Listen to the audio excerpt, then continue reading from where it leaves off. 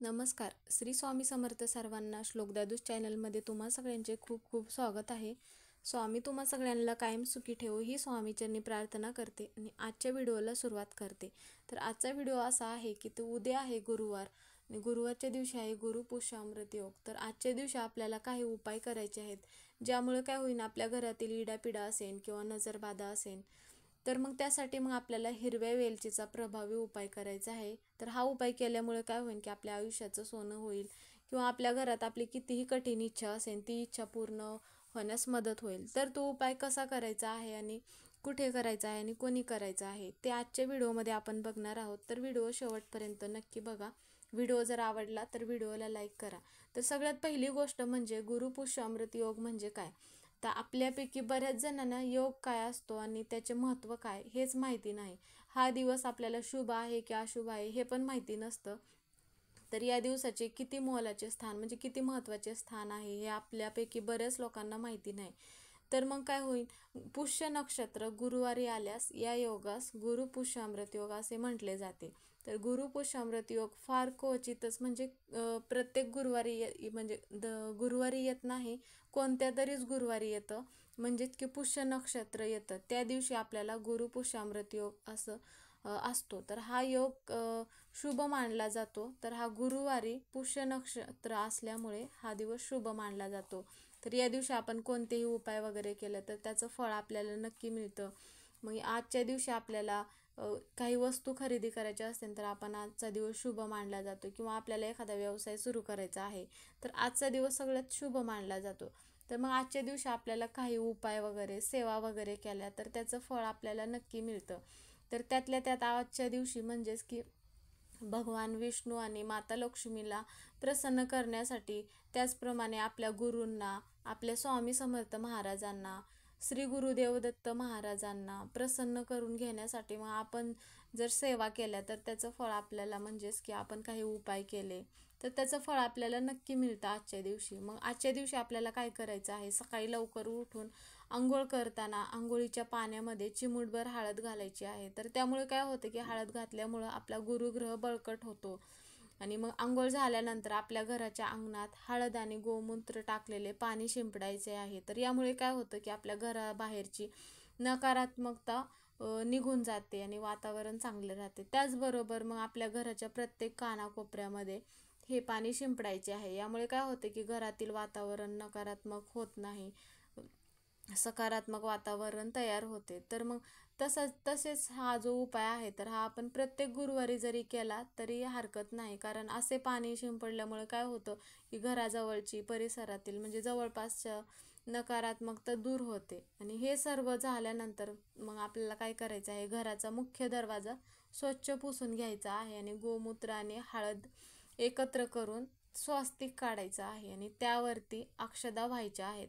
आणि नंतर सर्व घराची साफसफाई करून आपल्या घरातील किचन स्वच्छ करून मग त्यावरती मग किचनची जी आपली भिंत असते, जिथे आपला गॅस वगैरे असतो, किचन ओटा असतो, तिथे मग आपल्याला काय करायचं आहे, त्या भिंतीवरती गॅसच्या जवळ तुपाने आणि हळदीने म्हणजे एकत्र करून स्वास्तिक काढायचे आहे. आता किचन ओट्यावर मग आपल्याला एक तुपाचा दिवा लावायचा आहे. देवघराची साफसफाई करून मग देवांची छान पूजा करायची आहे आणि घराच्या मुख्य दरवाजावरती आपल्याला हळदीचं लेपन करायचं आहे. आणि मग काय होतं की यामुळे मग माता लक्ष्मी आपल्यावरती प्रसन्न होते आणि मग आपल्या घरामध्ये प्रवेश करते. म्हणजे गुरुवार तर असतोच आणि त्यातल्या त्यात गुरुपुष्यामृत योग हा जुळून आल्यामुळं मग आपल्या घरात पैशाची वगैरे अडचण निर्माण होत नाही, देवांचा कायम आशीर्वाद आपल्यावरती राहतो. मग तसंच आपल्याला हा जो उपाय करायचा आहे हिरव्या वेलचीचा, तर तो कसा उपाय करायचा आहे.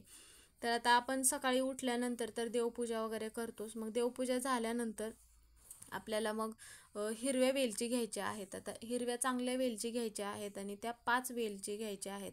आणि मग त्या अगोदर आपल्याला मग एक चौरंग किंवा पाट घ्यायचा आहे आणि मग त्यावरती आपल्याला एक लाल वस्त्र अंथरायचं आहे आणि मग त्यानंतर गणपती बाप्पाला अभिषेक करायचा आहे आणि माता लक्ष्मीला पण अभिषेक करायचा आहे. आणि मग गणपती बाप्पाची स्थापना करून आणि माता लक्ष्मीची पूजा वगैरे करून माता लक्ष्मीला ज्या वस्तू प्रिय असतात म्हणजेच की लवंग घ्यायचे आहेत, 2 फुलं म्हणजे फुलं असलेल्या लवंग घ्यायच्या आहेत आणि लाल फूल किंवा तुम्हाला जर कमळाचं फूल भेटेल तर मग तुम्ही ते आणू पण शकता.